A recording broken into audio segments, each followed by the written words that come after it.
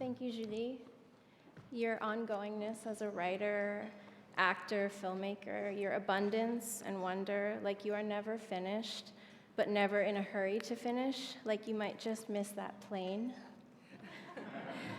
is a beautiful rhythm unto itself, and it really means a lot to me to receive this from you. Oh, thank you.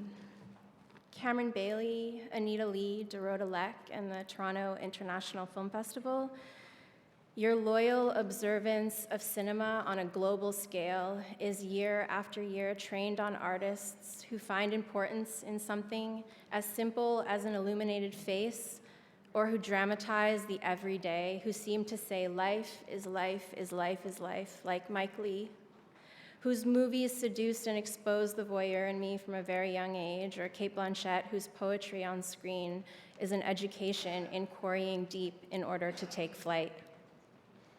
TIFF is also a festival devoted to the audience, the ones who ultimately awaken a film by communicating in secret with it.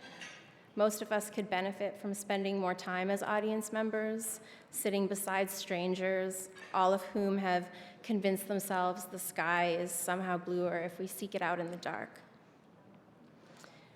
I'd like to share this award with my producers, Katie Bird Nolan and Lindsay Tapscott. They're still right there.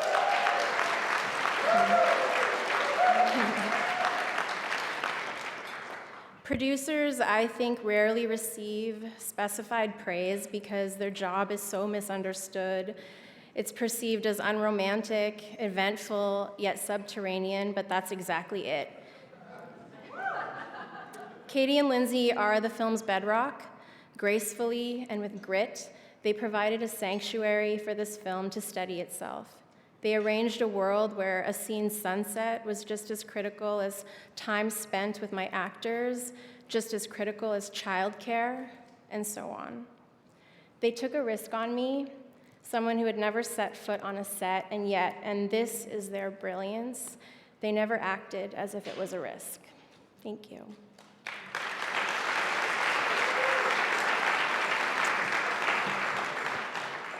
Premiering a summer film like ours, an adaptation of François Sagan's Bonjour Tristesse, during a fall festival feels very true. Time marches on, the seasons change, and nothing lasts. But the movies, they entangle us. They tolerate magic, and they stretch the limits of a second. And in my case, this movie has accompanied me during a year of profound grief. I lost my father 2 days before we started shooting. And while loss can turn a person against time, I found myself having to invent it day after day. During quiet moments on set, I would wander and spend time with the crew, oftentimes with my DIT, Giacomo, and I would ask him, is it a movie? Is it a movie?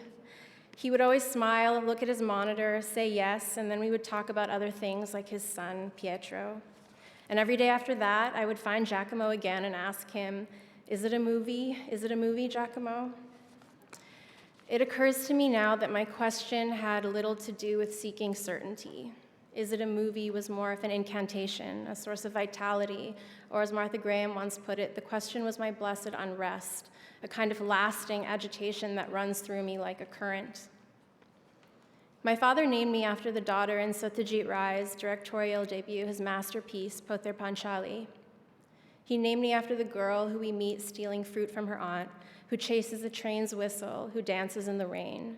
To be here this year with my first film is altogether surreal, but as I reflect on it, and thank you, TIFF, again, for providing moments like this for reflection, I can find some peace along with my agitation. I was named after a girl in a movie, and now I've made a movie, something perhaps my father knew would always happen. If he was here, and if I could ask him, is it a movie, I have a funny feeling he would say, enough, now go make another one. Thank you.